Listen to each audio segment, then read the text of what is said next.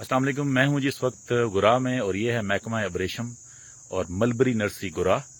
और मुझे कुछ मेरे जो है ना इंफॉर्मेशन मुझे मिली तो मैंने कहा चलें आपसे भी शेयर करूं ज़रा। ये तकरीबन पिछले कोई 1950 से ही महकमा काम कर रहा है। यहाँ पे कोई 100 से ऊपर कनाल जगह है इनके यहाँ पे, जिसमें कि ये जो है ना शहतूत उगाते हैं और शहतूत उगा के ये जो है ना फार्मिंग करवाते हैं रेशम के कीड़ों की। अब मेरे हिसाब से ये एक सफ़ेद हाथी है और इंतहाई अनप्रोडक्टिव एक प्रोजेक्ट है।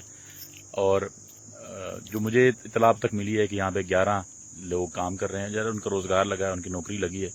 लेकिन इस जगह को अगर ये 100 कनाल जगह पे अगर इसको इफ़ेक्टिवली यूज़ किया जाए और या तो इसको बागात में कन्वर्ट किया जाए।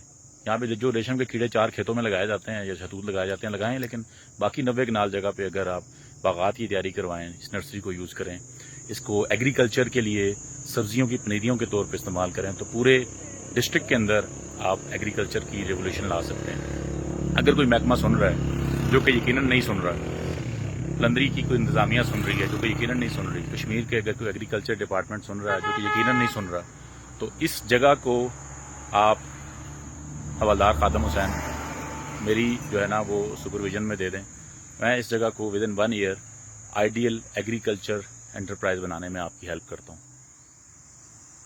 और इतनी खूबसूरत जगह, और उसके सामने वो जो एरिया नज़र आ रहा है, यहाँ पे किसी ज़माने में ये भी कोई 200 कनाल जगह लगती है जिसके चावलों की काश्त हुआ करती थी। तो ये बेल्ट दोनों जगह आइडियल है इस पूरे प्लंदरी के शहर को फीड करने के लिए।